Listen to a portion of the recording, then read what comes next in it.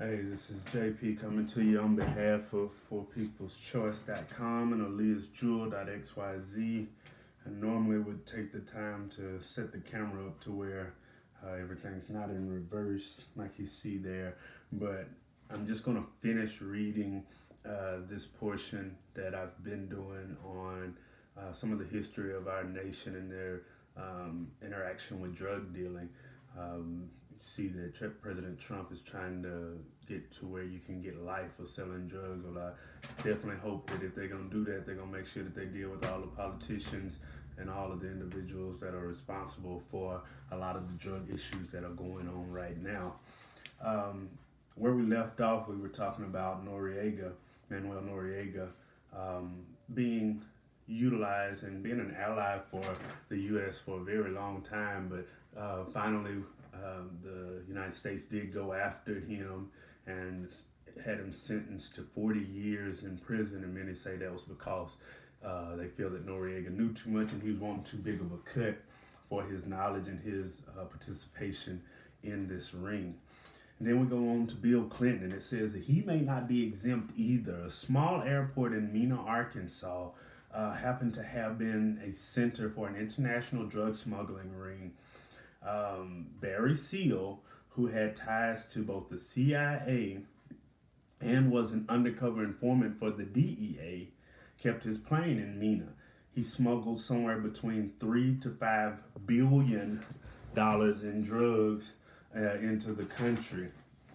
Um, so we have to understand that this wasn't a small operation. If you've seen the movie American Made, that's who it's about, is Barry Seal. Um, so we also have to realize that um, he was a part of he was also Seal was also a part of the Reagan administration's efforts to implicate the Sandinistas in drug trafficking. When it wasn't the Sandinistas, it was the Contras who Reagan was working with and supporting. Even though he was actually smuggling the weapons for the Contras, as I said, or to the Contras. He was murdered by the Colombian Medellin cartel in Baton Rouge in February 1986. And among the articles in Seal's car was George Bush's private phone number. Clinton claimed that he had learned about Mena well after the fact, sometime in 1988, in April 1988, even though the state police had been investigating the operations there for several years. And I know that movies embellish some of the times, and I know that they sometimes make up different things. But in part of the movie, Bill Clinton was the reason that Barry Seal was allowed to leave the jails after the CIA, the DEA, and all these individuals had converged on him and locked him up, or had at least had him at the police station. Then the DA had to let him go, and they wouldn't say Bill Clinton, but she said, "But Bill, do you understand what's going on?" So they were trying to throw some slugs in there along the way. Um, Among the articles we talked about George Bush's cell phone number. In September 1991, Clinton spoke publicly about all kinds of questions about whether Seal had any links to the CIA and if that backed into the Iran-Contra deal. Seal's contraband in Mena generated hundreds of millions of dollars that had to be laundered, and his papers show that he dealt with at least one big bank in Little Rock, Arkansas. Inquiries into Mena were stifled or held up or hidden, and the IRS agent Bill Duncan told Congress in 1992 during Clinton's presidential campaign that his superiors directed him to withhold information from Congress to perjure himself. So it's better to lie and get caught up than to sit there and tell the truth and implicate some of these individuals that are running for high positions. And that's one of the reasons I started doing a lot of these videos, because probably none of this would have even come out if Barry Seal had not started documenting everything. When he saw that the CIA and the DEA started rolling over on him, acting like they didn't know him or anything else, he started documenting all of this stuff so that he would have a trail of everything that was going on in his life, because he saw that if he didn't, they would make him out to be something that he wasn't the only part of. In 1996, the San Jose Mercury News comes out with a 20,000 word series by a reporter named Gary Webb that he'd been researching for more than a year. The article described a pipeline between the Colombia's cartel and the Medellin and the middlemen, and then street gangs in South Central LA that involved the sale of crack cocaine. Webb's article featured Oscar Danilo Blandon, a drug dealer, importer, and informant that stated that crack was being funneled to a new young millionaire named Freeway Ricky Donald Ross. Rick Ross.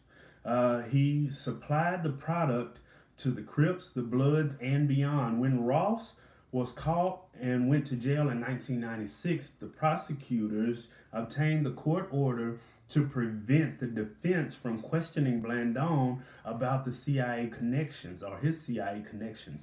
All of this raised a huge question about how involved the CIA was with the crack epidemic, which was raging across the nation. You'd think that Gary Webb would have won a Pulitzer Prize, been celebrated for his investigative journalism, but he was torn apart by the big media. The Washington Post, the New York Times, and the LA Times insisted that the Contra cocaine smuggling was minor and that Webb was blowing all of this out of proportion. They made it look as if Webb was picking on the poor little CIA, even though he never directly indicated or indicted the CIA in any of these arrangements and these the actual dealing or arranging the deals. He just stated that they were protecting the Contra dealers, so they were really doing more than what Webb implicated them for. In 2009, a book came out called This Is Our Country on Drugs.